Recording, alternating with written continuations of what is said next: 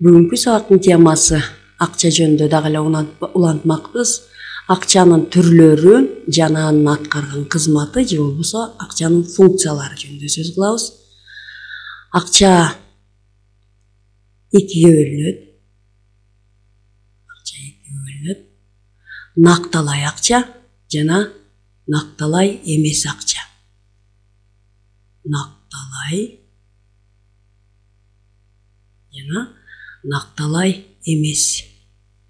Накталай эмес. Накталай акча кадимки эле биз колдонуп жүргөн, биз билген, мына бул жерде бизде акчалар турат. Кадимки эле банкноталар, кичи өлчөмдөгү, чоң өлчөмдөгү банкноталар мына бул жерде 5 сомдуктан баштап 500 сомго чейин турат. Мына ушул кадимки биз колдонуп жүргөн кагаз акчалар накталай акчага кирет экен. Тыйындар,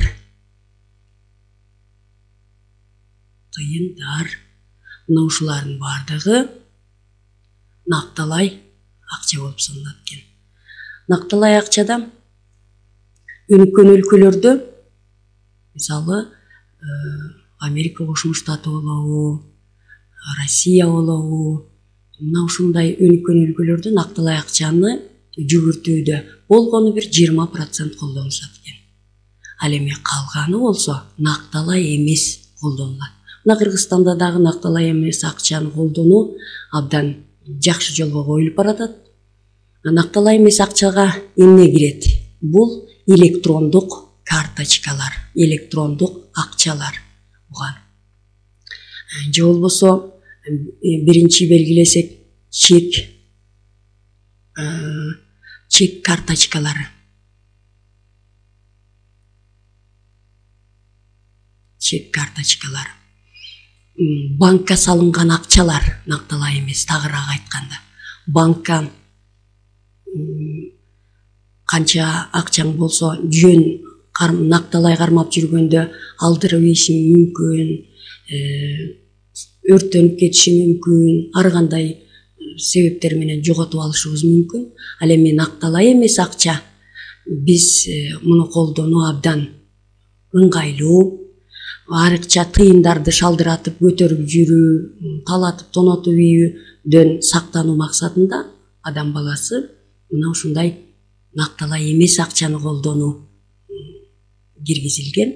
Мисалы, мен канча акчам болсо да жөнөкөй гана чековой карточкада, чек карточкасында алып жүргөнүм ыңгайлуу болот экен. Кокус жоготуп ийсем, ушул карточкамды жөн гана банкка чалып, жоголгондугу жөнүндө маалымат берилсе, ал счеттон бөлөк счетту эле которуп коюп, эч кандай акчам жоголбойт экен, алып жүрүүгө ыңгайлуу болот экен. Кийинки накталай эмес акчага бул электрондук акчалар болуп саналат экен. Мына бул жерде айттык. Электрондук акча. Башкача айтканда ушул карточкалар. Муну алып жүрүүсү жанагындай абдан ыңгайлуу болгондуктан азыр көп эмгек акылар, эмгек акы, пенсия, пособиялардын бардыгы мына ушул электрондук акчага айландырып киргизилип атат. Мунун алып жүрүүсү абдан жеңил. Күндүр түндүр банкоматтардан каалаган өлчөмдө алмаштырып алууга мүмкүн болуп атат. Буларды абдан жеңилдик түзүлүп атат да адамдарга.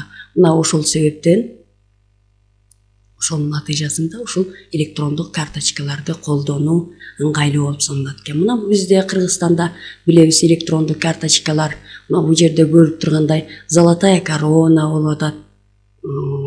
Бул банктын, РСК банктын Золотая корона. РСК банктык экен, Золотая коронасын колдонуп жүрөбүз. Ошондой эле бул жерде дагы Золотая корона, ошол Алай карт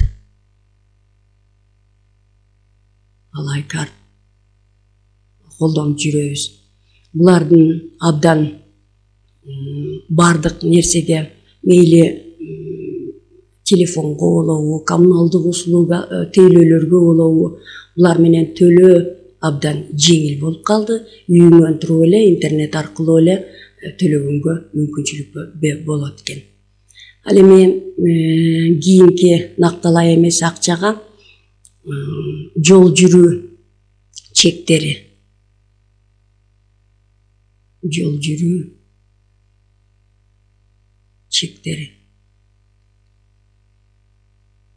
бул аккредитив деп коет. Башкача айтканда, айрыкча өлкөлөргө, бир өлкөдөн экинчи өлкөгө барганда, туристтер болобу, жана башка ар кандай максат менен барабы, мына ушунда акчаны колго алып жүрүү өтө коркунучтуу экенин биз билебиз. Мына ушул учурда акчаны салып коюп эле, илгери мурунку Советтер Союзу учурунда дагы булар аккредитивдер бар болчу. Азыркы мезгилде дагы каалаган өлкөмдө каалаган банктан алууга мүмкүнчүлүк берет. Ошондой эле жанагы бул эле чек карточкаларына кредиттик карточкалар да кирет. Бул кредиттик карточкада каалаган өлчөмдө банк менен келишимиңе жараша керектөөңдү канагаттандырууга мүмкүн болот экен. Мына ушул акчанын түрлөрү. Өнүккөн өлкөлөрдө ушул накталай эмес акча абдан жакшы жолго коюлган. Эми акчанын аткарган кызматы жөнүндө токтололу. Акчанын негизги функциялары же болбосо аткарган кызматы төртөө. Кийинки мезгилде акыркы төлөм каражаты катары төртүнчүсүн кошуп жүрөт. Негизи мурун үчөө болчу. Биринчи жүгүртүү каражаты. Акча жүгүртүү каражаты. Башкача айтканда, акча ушул акча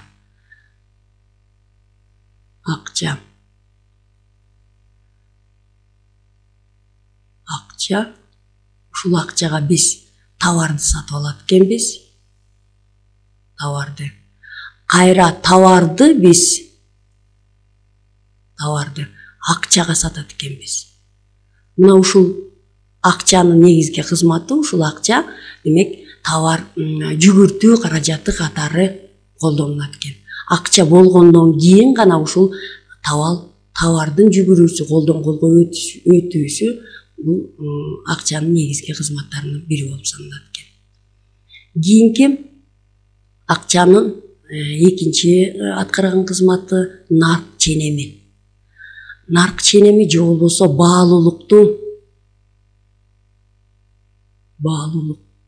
өлчөө, баалуулукту ченөө болуп саналат экен. Акча товардын баасын көргөзүп атат. Товардын баалуулугун көргөзүп атат. Акча болбосо биз кантип билет элек? Мына мисалы бир таксиде отурсак, мисалы такси бир точкага жеткизиш үчүн 50 сом. Караколдо 50 сом. Мына ошол тейлөөнүн баасын акча көргөзүп атат. 50 сом экен. Же болбосо мейли квартиралар болобу, үйлөр болобу, жана башка товарлардын баалуулугун, наркын ушул акча гана көргөзөт экен. Акча менен биле алат экенбиз. Бул нарк ченеми болуп саналат. Кийинки аткарган кызматы байлыкты топтоо.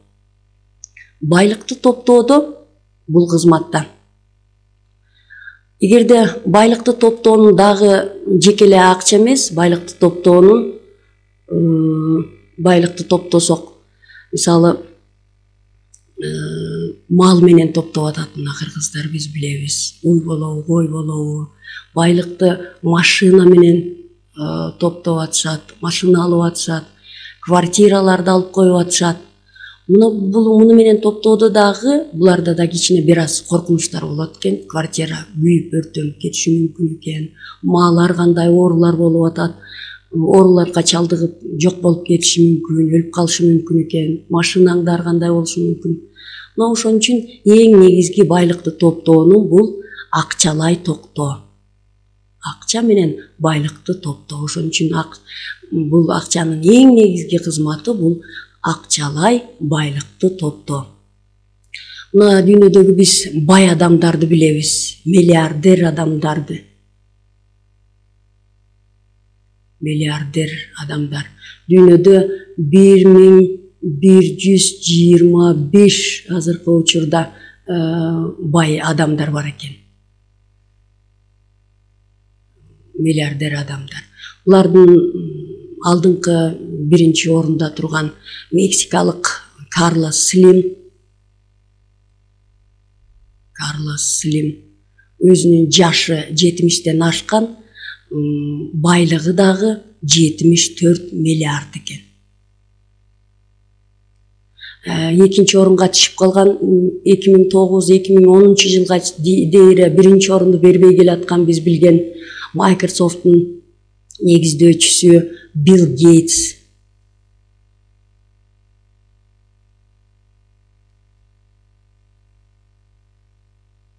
Гейтс.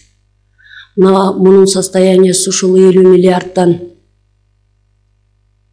ашкан байлыкка ээ болгондугун билебиз. Жана башка миллиардер, миллионерлер адамдарды билебиз. Мына Кыргызстандан дагы жакшы бай адамдар чыгып келатышат. Демек, акча менен гана байлыкты топтоо абдан негизги ушул акчанын кызматы болуп саналат экен. Акыркы акчанын аткарган кызматы кийинки учурларда экономисттер кошуп жүрөт. Бул төлөм каражаты. Башкача айтканда, соода кылууда, ошону менен бирге эле ар кандай тейлөөлөрдө, мейли коммуналдык тейлөө болобу,